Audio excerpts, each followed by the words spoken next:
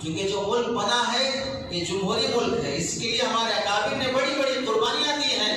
آپ کو معلوم ہونا چاہیے جب ملک کے حالات سخت ہو گئے تو محمد علی جوہر، مولانا محمد علی جوہر رحمۃ اللہ علیہ انگلینڈ چلے گئے تھے اور وہاں انگریزی میں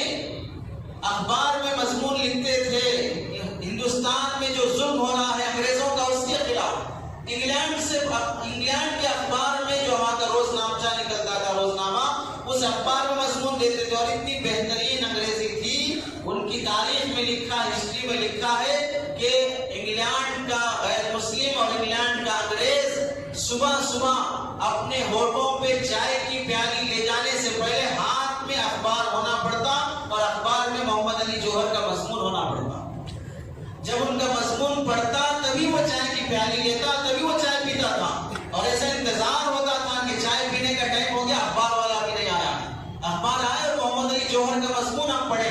ایسے مزے کے مضامین لکھتے تھے ہندوستان کی آزادی کی خاطر۔ جب ایک عرصہ گزر گیا، جیلوں میں بار بار جانا ہوا، انڈیا میں بیٹی بیمار ہے اور یہاں سے والد صاحب کو خط لکھا مولانا محمد علی جوہر کو کہ ابا جان میری طبیعت ناساز ہے، ڈاکٹروں نے جواب دے دیا کہ چند دن کی مہمان ہے، اب میرے انتقال کا وقت قریب ہے، میری آخری تمنا ہے کہ میں آپ کا دیدار کر لوں، میں اپنے والد کو دیکھ لوں۔ تو مولانا محمد علی جوہر رحمۃ اللہ علیہ بیٹی کی جو انتقال ہونے کے قریب ہے وہ باپ کو دیکھنا چاہتی ہے، وہ باپ اپنی بیٹی کو خط کا جواب لکھتے ہیں، میں تم سے دور ہوں، اللہ تم سے دور نہیں ہے، میں مجبور ہوں، اللہ مجبور نہیں ہے، ہمیں تمہاری صحت منظور ہے مگر جب اس کو منظور نہیں تو ہمیں بھی منظور نہیں۔